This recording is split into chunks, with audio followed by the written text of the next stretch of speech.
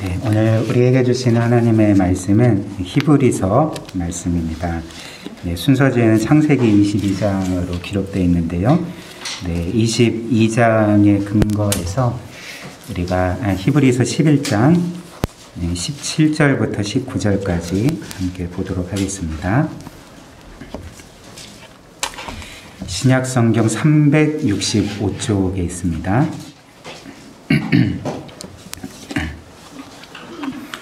히브리서 11장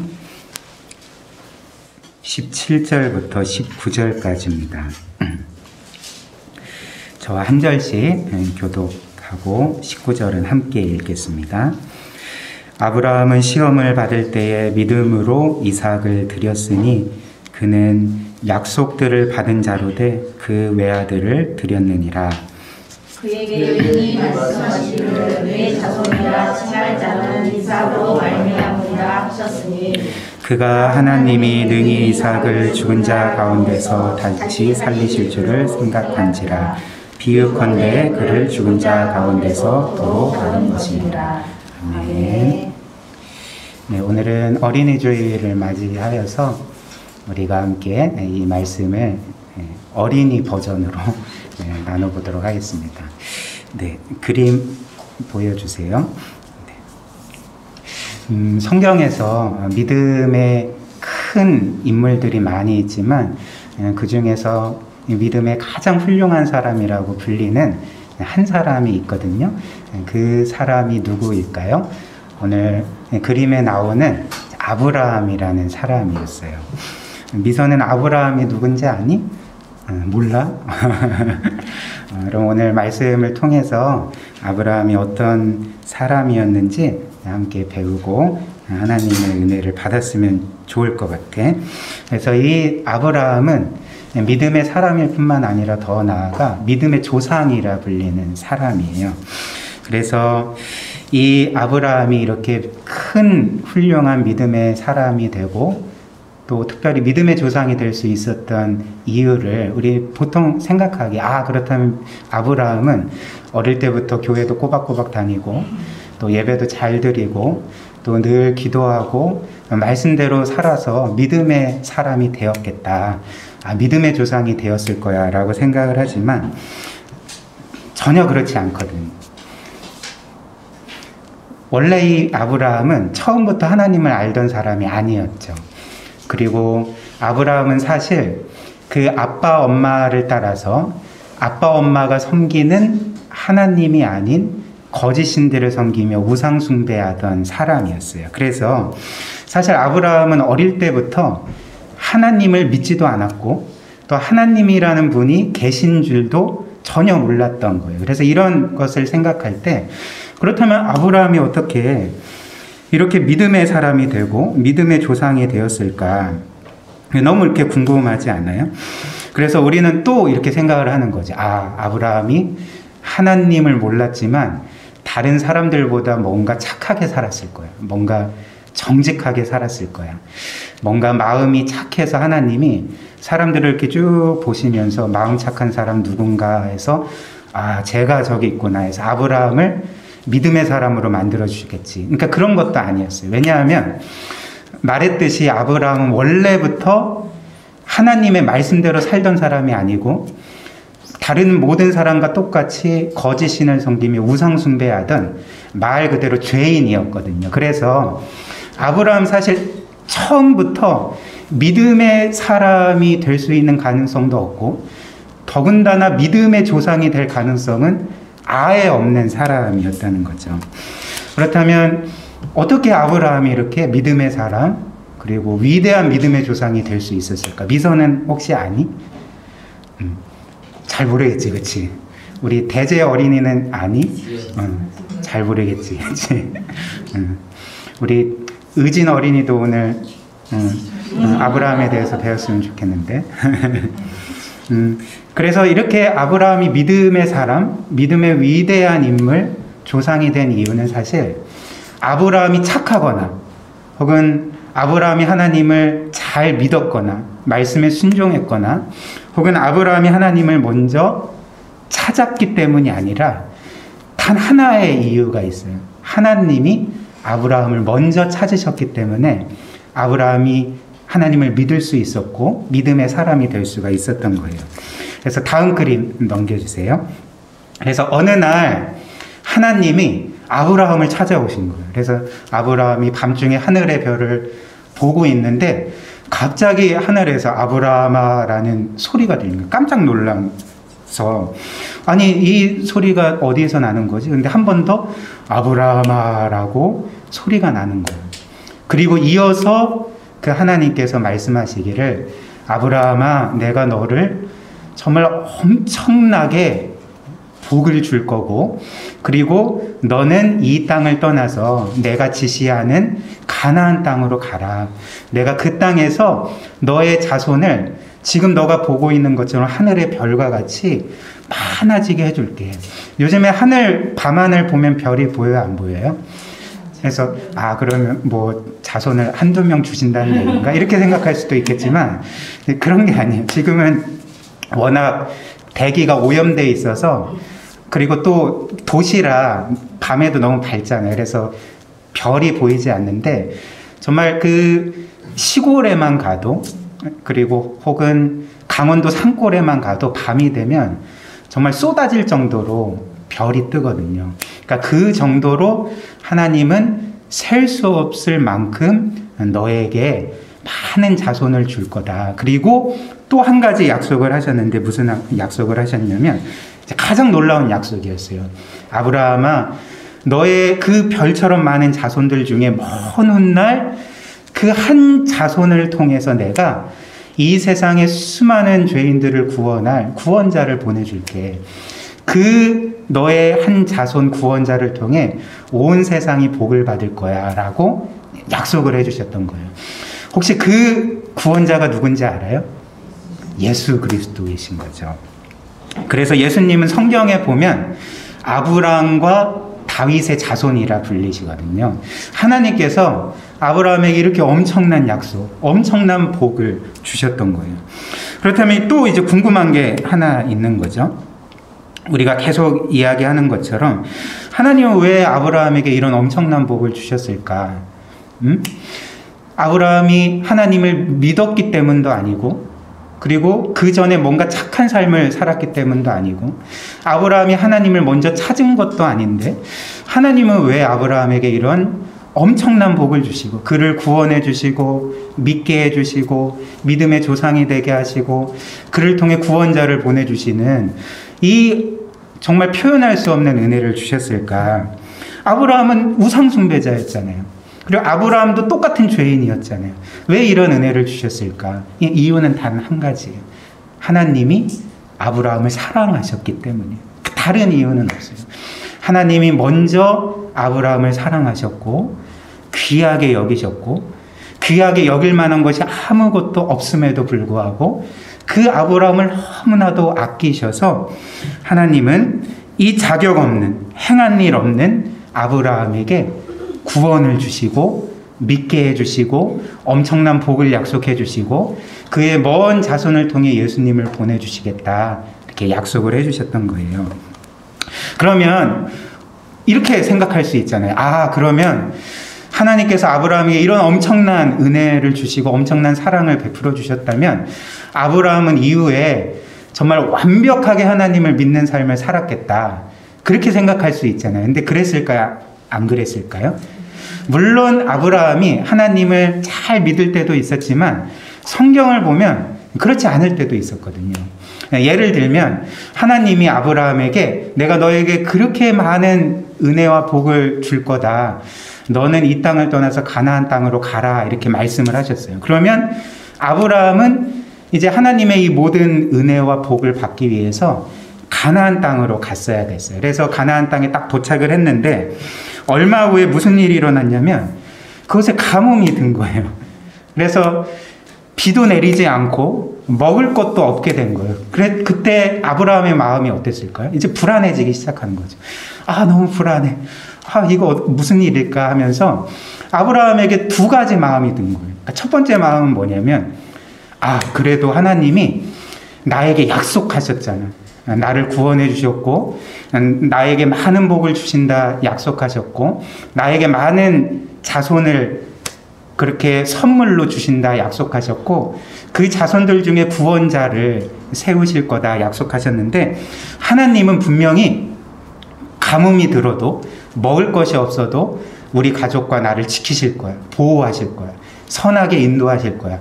이런 마음과 또 한편으로는 에이씨 믿음이 뭐고 또 하나님이 무슨 필요야 지금 먹고 살기가 중요한 건데 하면서 막 이런 두 마음이 막 싸우는 거예요. 근데 결국은 아브라함은 무슨 마음을 따랐을까요? 미서야 어떤 마음을 따랐을 것 같아? 두 번째 마음을 따랐어요. 안타깝게도. 그래서 아브라함은 믿음이 있고 뭐고 필요 없다. 먹고 살기 지금 급해 죽겠는데 하나님 믿음 뭐 이런 거 필요 없이 그냥 이집트로 가자 해서 이제 이집트로 간 거예요. 그런데 이집트에서 행복하게 잘 살았을까요? 그렇지 않고 성경을 보니까 이집트에서 큰 일을 겪은 거예요. 큰 어려움을 겪은 거예요. 그래서 어떻게 하나 이거를 어떻게 하나라고 할 때 하나님이 여전히 아브라함을 사랑해 주시고 또 늘 지켜 바라봐 주셨기 때문에 아브라함을 구원해 주셨던 거예요. 그리고 다시 약속의 땅 가나안 땅으로 인도해 주셨던 거예요. 아브라함은 하나님을 믿지 못했지만 그리고 불순종하여서 약속의 땅을 떠나서 이집트로 갔지만 하나님은 여전히 아브라함을 사랑해 주셔서 그에게 주신 약속을 끝까지 지키셨던 거예요. 그리고 또 한 가지 예를 들면 아브라함이 이후에 가나안 땅으로 돌아와서 하나님이 분명히 아들을 주신다고 했는데 내 자손을 하늘의 별과 같이 많게 해주신다 분명히 약속하셨는데 지금까지 보니까 아기가 없는 거예요. 아들을 낳을 수가 없는 거예요. 그래서 이게 도대체 무슨 일일까 막 또 불안해지기 시작했어요. 그래서 또 아브라함의 마음에 두 가지 마음이 들었는데 첫 번째 마음은 그래도 하나님은 나에게 약속하셨잖아. 나에게 복을 주신다. 많은 자손을 주신다. 그리고 그 자손 중에 구원자를 세우시겠다 약속하셨잖아. 이렇게 때가 늦어지더라도 하나님의 때에 하나님의 방법으로 나에게 아기를 주실 거야 라는 마음과 이제 또 다른 마음은 뭘까요? 하나님이 나를 버리셨어. 하나님이 나에게 주신 약속을 취소하신 게 분명해. 나는 이제 하나님을 의지하지 않고 내 방식대로 아기를 가져야 돼 라고 이 두 마음을 가졌던 거예요. 이번에도 아브라함은 어떤 마음을 선택했을까? 우리 대제 어린이 어떤 마음을 선택했는지 아니? 아브라함은 첫 번째 마음이 아니라 또 두 번째 마음을 선택한 거예요. 그래서 하나님의 약속을 기다리지 못하고 하나님은 분명히 아브라함아 너의 아내 사라를 통해서 너에게 아들을 줄게 라고 약속하셨지만 아브라함은 그 약속을 기다리지 못하고 그 사라의 여종인 하갈이라는 여자를 취해서 아들을 낳은 거예요. 그 아들의 이름이 뭔지 알아요? 이스마엘이라는 아들이거든요. 그래서 결국 아브라함은 또다시 하나님을 믿지 못하는 그 불신앙과 불순종의 죄를 짓게 된 거예요. 그렇다면 하나님 편에서는 아브라함이 괘씸할 수도 있잖아요. 이놈 내가 그토록 계속 말씀해주고 약속해줬는데 왜 내 약속을 끝까지 믿지 못하지? 왜 계속 불순종하지? 이렇게 뭔가 좀 언짢아 하실 수 있지 않겠어요? 그런데도 하나님은 여전히 아브라함을 사랑하시고 그에게 신실하셔서 결국 아브라함이 100세 때에 기적적으로 아들을 주신 거예요. 그 아들이 누군지 알아요? 이삭이라는 아들이었어요.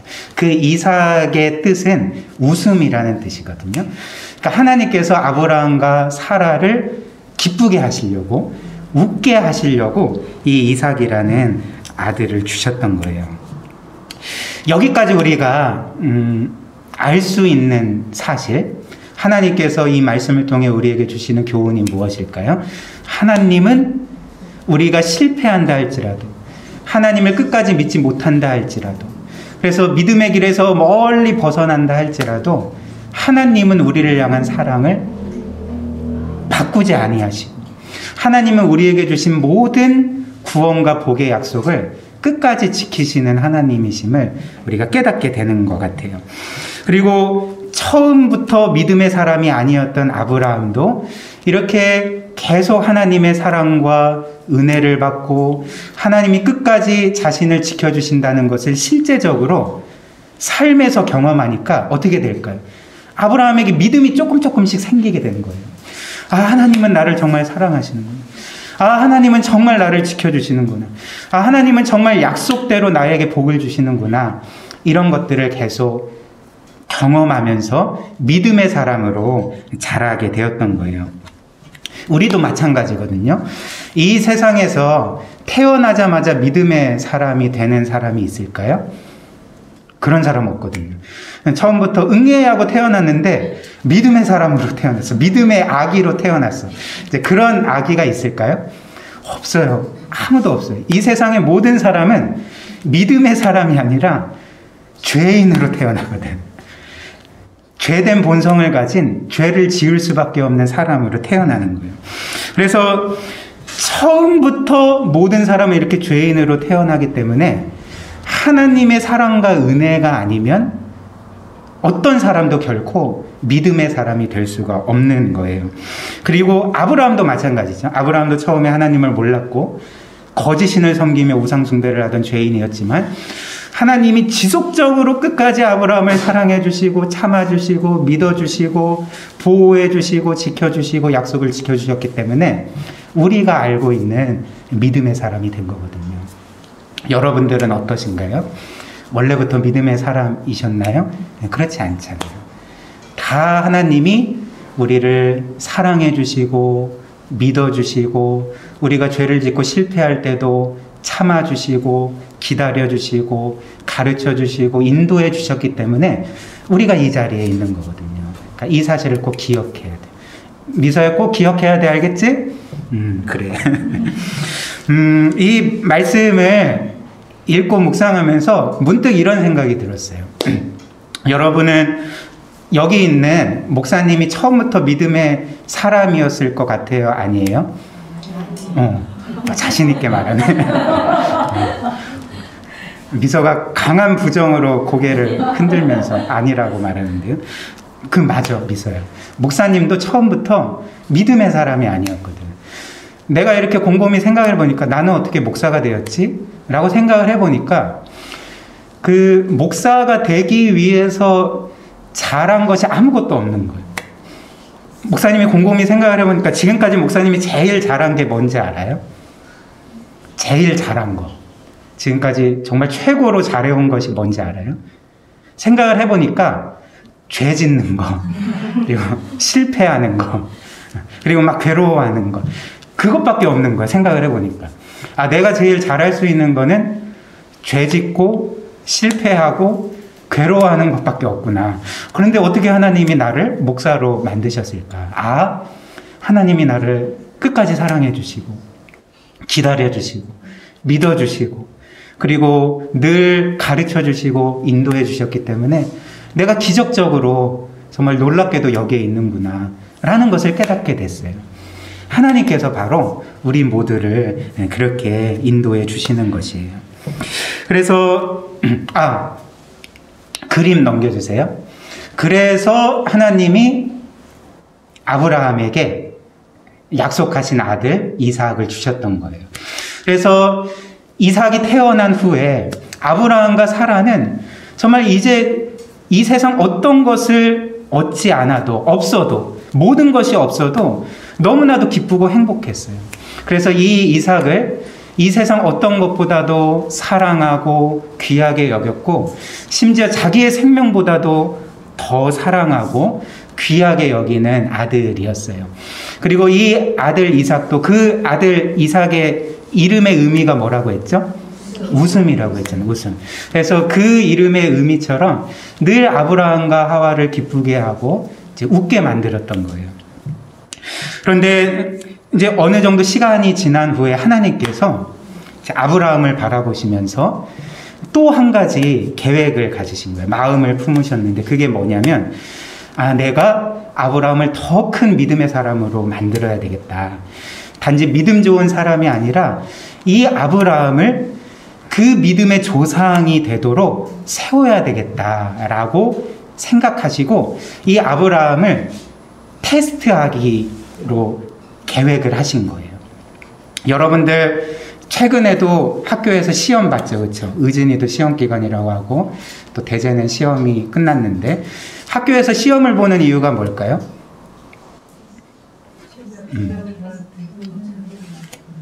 물론 뭐 점수를 매기고 또 뭐 등급을 매기고 뭐 이런 이유도 있겠지만, 그리고 더 나아가 좋은 학교 가기 위해서 시험을 보는 이유도 있지만, 시험을 보는 이유는 그 우리의 능력을 더 향상시키기 위해서 시험을 보는 거거든요. 그러니까 하나님도 아브라함에게 믿음의 시험, 믿음의 테스트를 보게 하시기를 원하셨고, 그래서 더 큰 믿음의 사람, 믿음의 조상으로 세우시기로 그렇게 마음을 먹으시고 이제 아브라함에게 이런 말씀을 하신 거예요. 어떤 말씀이냐면, 아브라함아, 너가 사랑하는 아들 이삭 있지 않니? 그 이삭을 데리고 내가 지시하는 모리아 산이라는 곳으로 가서 그 산에서 그 아들을 번제로 드리라고 명령을 하신 거예요. 여기서 번제는 뭐냐면 어려운 단어인데, 그 어떤 재물을 태워서 드리는 제사를 번제라고 하거든요. 근데 이상하지 않아요? 하나님이 지금 아브라함에게 제사를 드리라고 하는데 재물을 무엇으로 삼으라고 말씀하고 계신 거예요? 지금 그의 사랑하는 아들 이삭을 죽여서 태워서 제사를 드리라, 이렇게 명령하셨던 거예요. 아브라함이 하나님의 이 명령을 듣고 말씀을 듣고 마음이 어떠했을까? 미선은 어떠했을 것 같아? 아브라함이 내 사랑하는 아들 이삭을 죽여서 제사로 드리라는 하나님의 명령을 듣고 마음이 어땠을 것 같아? 너무나도 괴로웠을 것 같지. 너무나도 슬펐을 것 같아. 정말 그 어떤 것보다도 사랑하는 이 아들 이삭을 내 손으로 죽여서 불태워서 제사를 드리는 것 자체가 정말 생각하기도 싫은 끔찍한 일이었고, 생각을 하면 너무나도 고통스럽고 막 눈물이 났던 거예요. 그리고 사실 아브라함은 하나님이 왜 나에게 이런 명령을 주시지? 왜 이런 명령을 내리시지? 도저히 이해할 수가 없었어요. 왜냐하면 하나님의 약속이 뭐였죠? 하나님은 분명히 아브라함에게 너의 자손이 별과 같이 많아지게 하겠다. 그런데 너의 아들 이삭을 통해 너의 자손을 하늘의 별과 같이 많게 할 것이고, 너의 아들 이삭을 통해서 먼 훗날 구원자 예수 그리스도를 보내줄 거다. 약속을 하셨는데 이삭이 죽어버리면 이 약속이 이루어질 수 있을까 없을까? 없잖아요. 없잖아요. 그러니까 아브라함으로서는 하나님의 이 명령이 도저히 이해가 되질 않는 거야. 하나님이 왜 이런 명령을 내리셨지? 내가 생각할 때 하나님은 분명히 선하시고 나와 이삭과 사람들을 사랑하시고 사람들을 죽기를 원하시는 분이 아니라 살리기를 원하시는 하나님이신데 왜 이런 이해할 수 없는 명령을 내리셨을까? 좀 너무나도 혼란스러웠어요. 그렇다면 한번 답을 해보세요.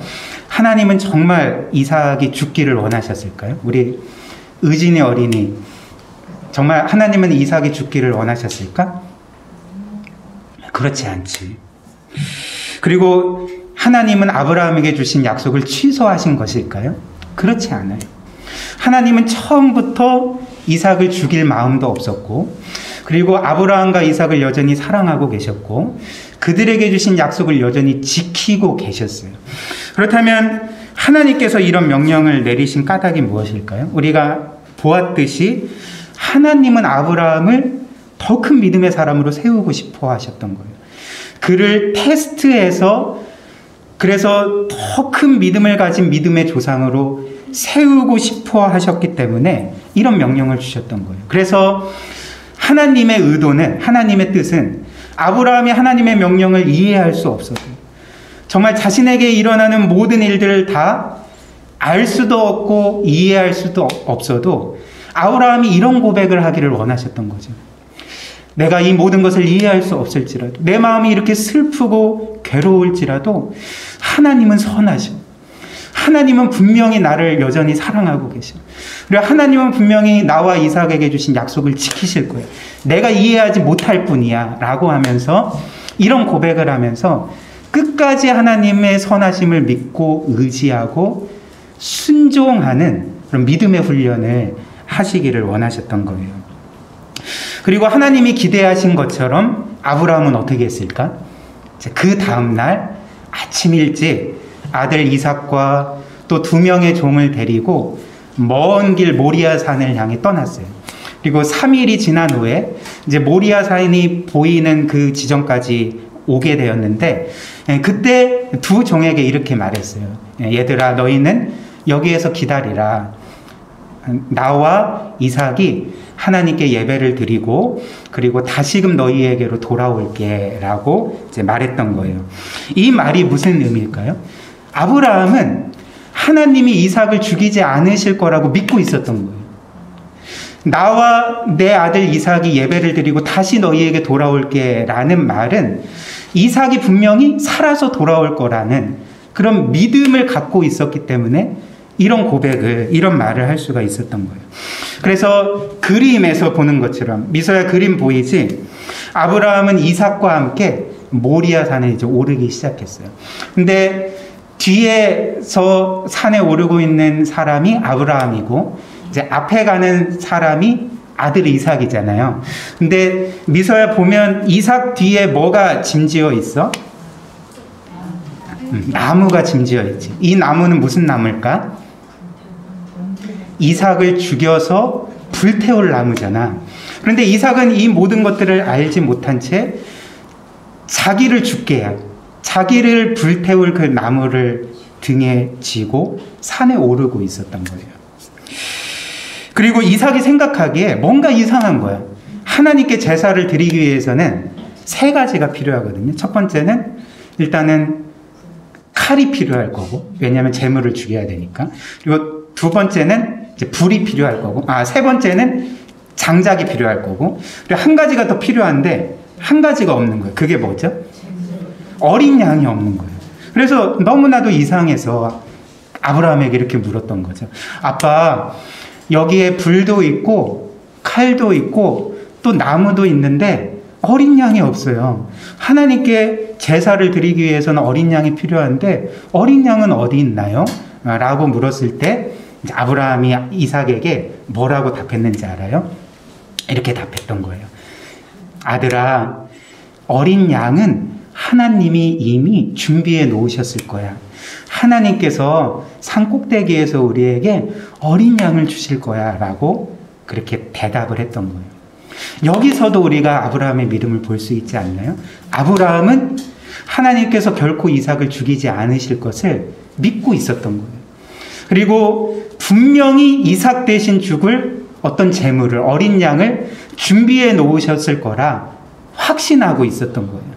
그리고 혹시나 하나님이 이삭을 죽이더라도 아브라함이 정말 믿고 있었던 바가 뭐냐면 하나님은 죽은 이삭을 다시 살리실 거다. 이런 믿음을 갖고 있었던 거예요. 그게 바로 오늘 우리가 읽은 히브리서 11장 17절부터 19절의 내용이거든요. 목사님이 19절 말씀 다시 읽어드릴게요. 3번역으로 읽어드릴게요. 하나님께서는 이삭을 죽은 사람들 가운데서도 되살릴 수 있다고 아브라함은 생각했던 것입니다. 그러므로 비유하자면 아브라함은 이삭을 죽은 사람들 가운데서 되받은 것입니다. 이렇게 말씀하고 있잖아요. 이 히브리서 말씀에 따르면 아브라함은 처음부터 하나님은 이삭을 죽이지 않으실 거예요. 이삭을 죽이시더라도 다시금 살리셔서 나에게 주신 약속을 반드시 지키실 거야 라고 굳게 믿고 있었던 거예요. 그래서 다음 화면 보여주세요. 그래서 이제 산 위에 도착했고, 미소야 뭐가 보이지? 아브라함과 이삭이 보이고, 아브라함이 이삭이 짊어지고 온 나무로 제단을 만든 거예요. 그리고 이후에 이삭을 꽁꽁 묶어서 제단 위에 올려놓고 이제는 칼을 빼들고 이제 하나님의 말씀에 따라서 이삭에게 그 칼을 내리치려고 하는 순간에 어떤 일이 일어났을까? 이삭이 정말 죽었을까? 그럼 어떻게 됐을까? 그때 하나님께서 급히 아브라함아라고 말씀을 하셨던 거예요. 아브라함아, 그 아이에게 손대지 마라. 그 아이에게 어떤 일도 행하지 마라. 너가 너의 그토록 사랑하는 아들 이삭까지 나를 위해 아끼지 아니했으니 너가 나를 그처럼 사랑하고 그리고 나를 그처럼 끝까지 믿고 나의 말에 순종하는지 알겠다라고 이제 말씀을 해주셨던 거예요. 그래서 그 다음 화면 넘겨주세요. 그때 하나님의 말씀을 들은 아브라함의 마음이 어떠했을까? 너무나도 이제 기쁜 거예요. 너무나도 감격스러운 거예요. 하나님께서 정말 내가 믿은 대로, 내가 정말 하나님을 신뢰한 대로 하나님은 이삭을 죽이지 않으셨구나. 정말 하나님은 약속을 지키시는 하나님이시구나 라는 마음에, 그리고 죽을 줄 알았던 이삭이 다시금 살아온 그 기쁨에 너무나도 감격스러워하면서 이삭을 꼭 안아줬던 거예요. 그런데 그때 그 옆에 있는 숲풀에서 뭔가 바스락바스락 거리는 소리가 나는 거예요. 그러니까 옆에 보니까 숲풀에 뭐가 걸려 있어요? 어린 양이 걸려 있는 거예요. 어린 양의 뿔이 숲풀에 걸려서 오도 가도 못한 그런 상황에 빠져 있었던 거예요. 그래서 그때 아브라함이 깨닫게 된 거지. 아, 하나님께서 정말 내가 아들 이삭에게 말한 대로 어린 양을 준비해 주셨구나. 이삭이 죽는 것이 아니라 어린 양이 죽음으로써 이삭을 살게 하셨구나라고 깨닫고 그 어린 양을 잡아서 하나님께 제사를 드리고 예배를 드렸던 거예요. 이처럼 하나님은 이삭 대신 어린 양을 준비해 주시고 그 어린 양을 대신 죽이심으로써 이삭을 살려주셨던 거예요.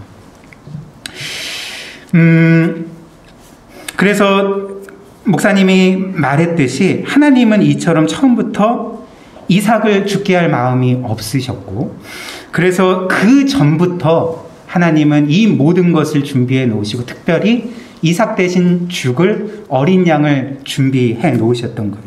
근데 여기서 우리가 한 가지 짚고 넘어가야 될 정말 분명한 사실이 하나 있거든요. 그 사실은 무엇이냐면 사실 하나님 앞에서는 모든 사람이 죄인이라는 것. 아브라함도 죄인이었고, 그리고 그렇게 착해 보이는 이삭도 죄인일까 아닐까? 죄인이었어요. 그리고 우리 모두가 다 사실 죄인이에요. 그래서 성경에 따르면 사실 죄인은 그의 죄 때문에 반드시 죽어야 되고 반드시 하나님의 심판을 받아야 된다, 이렇게 말씀하고 있어요. 그런데 하나님은 죄인인 이삭이 죽어야 되는데 이삭을 죽이지 않으셨던 거예요. 오히려 이삭 대신 아무런 죄도 없는, 흠도 티도 없는 어린 양을 준비해 주셔서 그 양을 대신 죽게 만드시고 이삭을 구원해 주셨던 거죠. 다음 화면 넘겨주세요. 그래서 그날 밤에 아마도 아브라함과 이삭은 하나님께서 자신들을 위해서 어린 양을 준비해 주신 것에 대해서 이야기를 했던 거예요.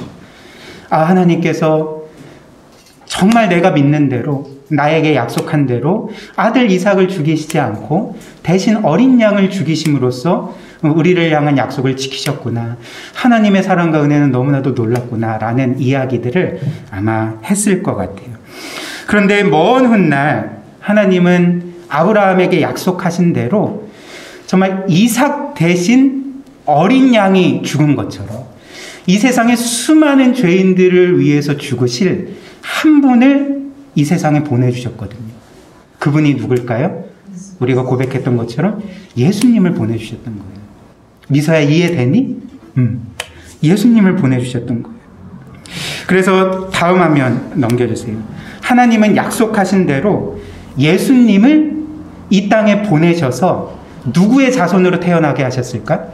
아브라함의 자손으로 태어나게 하신 거예요. 그리고 아브라함의 자손으로 태어나게 하신 후에 이제 30년 동안 이 땅을 사시다가 마지막에 이삭이 자기가 죽을 그 나무를 등에 지고 모리아 산을 올랐던 것처럼 예수님도 지금 어디로 올라가고 계시죠? 자신이 못 박혀 죽임당하실 그 큰 나무인 십자가를 등에 짊어지시고 지금 골고다 언덕, 골고다 산을 오르고 계시는 거예요.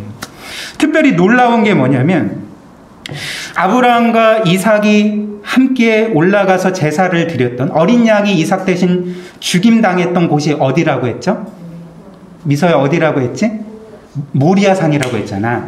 그런데 놀랍게도 이 모리아 산의 이후에 어떤 도시가 세워지냐면 예루살렘이라는 도시가 세워지거든요. 근데 예수님이 죽으신 장소가 어디였냐면 어디인 것 같아? 예루살렘에서 죽으셨어요. 이건 뭘 보여줄까?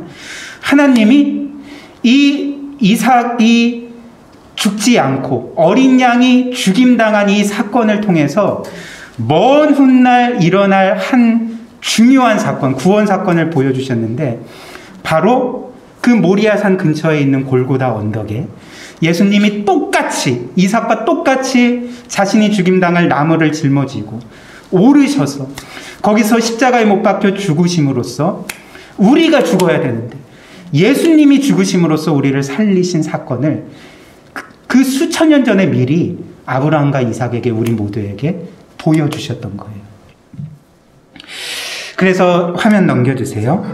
예수님이 이삭이 죽어야 되는데 어린 양이 그를 대신하여 죽은 것처럼 예수님도 우리가 죽어야 되는데 우리의 모든 죄짐을 대신 짊어지시고 십자가에 못 박혀 죽으심으로써 우리의 모든 죄값을 치르시고 우리를 살리시고 우리를 구원하신 것이 바로 예수님이 십자가에 못 박혀 죽으신 사건이었던 것이에요. 우리 사랑하는 귀한 성도 여러분, 그리고 우리 귀한 또 자녀들, 우리 미서에게 마지막으로 하나님의 말씀을 전합니다. 하나님은 우리를 이처럼 사랑하시는 분이세요. 얼마나 사랑하실까? 그분의 독생자 그 외아들 예수 그리스도를 아낌없이 우리를 위하여 십자가 죽음에 처참하게 내어주실 정도로, 죽임당하게 내어주실 정도로 우리를 사랑하시는 거예요. 제가 지난주에 저의 후배와 어떤 이야기를 나누는데, 그 후배의 외아들이 있거든요. 이제 몇 살 안 된 외아들이 있는데, 그 친구가, 그분도 이제 목사님인데, 그분이 그런 말을 하는 거예요. 처음에 아기가 태어났을 때, 아들이 태어났을 때, 뭔가 낯선 존재가 태어난 것처럼 굉장히 낯설어 했다는 거예요. 근데 시간이 지나면서 너무나도 사랑스러운 존재로 변하게 되고, 지금은 정말 내 인생에서 아들이 나의 전부이고, 나의 생명보다도 사랑하는 존재가 되었다라고 이렇게 말해주더라고요. 이 세상에서 엄마, 아빠에게 가장 소중한 존재가 누굴까? 바로 그의 아들과 딸이거든. 엄마, 아빠가 자신의 생명보다도 사랑하고 귀하게 여기고 아끼는 것이 바로 다른 사람이 아니라 자신들이 낳은 아들과 딸을 그렇게 사랑하고 아끼는 거예요. 하나님도 똑같아요. 하나님도 이 세상 어떤 것보다도 자기 아들 예수님을 사랑하세요. 귀하게 여기세요. 자신의 생명보다도 귀하게 여기시는데, 놀라운 사실은 그 아들을 우리를 위해 십자가 죽음에 내어주셨다는 거예요. 이것은 무엇을 보여줄까요? 하나님이 그 아들만큼 우리를 사랑하신다는 거. 그 아들만큼 우리를 귀하게 여기신다는 거. 그리고 하나님이 우리를 이처럼 사랑하신다면 우리를 결코 포기하실 것이 없고, 결코 우리를 내버려 두시지 않고, 우리의 삶에 어떤 일이 일어날지라도 하나님은 우리를 끝까지 지켜주실 것이고, 성경에 우리에게 약속하신 모든 구원과 복의 약속을 반드시 지키실 것을 우리가 믿고 확신할 수가 있는 거예요. 우리 사랑하는 성도 여러분, 그리고 우리 귀한 미서가 평생 동안 이 하나님을 사랑하고 또 믿고 의지하고 또 그 은혜에 감사함으로써 하나님의 뜻대로 살기를 바랍니다. 미서 그렇게 할 거예요? 네. 우리 기도하겠습니다.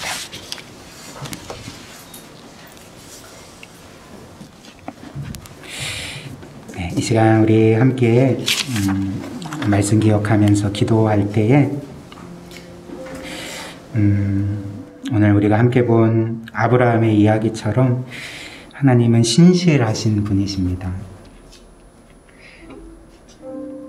우리가 이 자리에 있는 것, 구원받은 성도라 불리는 것, 하나님을 믿는 자로서 살아갈 수 있는 것은 그 모든 이유가 우리에게 있지 않고 하나님께만 있습니다. 하나님이 우리를 사랑하셨기 때문에, 특별히 아들 예수 그리스도 십자가 죽음에 아낌없이 내어주실 정도로 우리는 도저히 이해할 수 없는 그 사랑을 우리를 향해 가지셨기 때문에 우리가 이 자리에 있는 것입니다. 우리가 이런 고백을 했으면 좋겠습니다. 정말 그 하나님을 우리 또한 사랑하게 해달라고, 또 그 은혜에 감사함으로써 믿음의 사람으로 살아가도록 우리를 도와주시도록, 우리가 이렇게 참 하나님의 간구의 제목을 가지고 기도했으면 좋겠습니다. 그리고 또 한 가지 기도할 것은 우리의 자녀들에게도 하나님이 이런 은혜 주시도록, 이런 믿음 주시도록, 특별히 어릴 때부터 습관에 따라 하는 신앙생활이 아니라 정말 하나님을 인격적으로 만나고 그리스도를 인격적으로 만나고, 그래서 참 생명이 있는 그런 신앙생활을 할 수 있는 우리의 자녀들로 자랄 수 있도록 은혜 달라고 이 시간 함께 기도하도록 하겠습니다.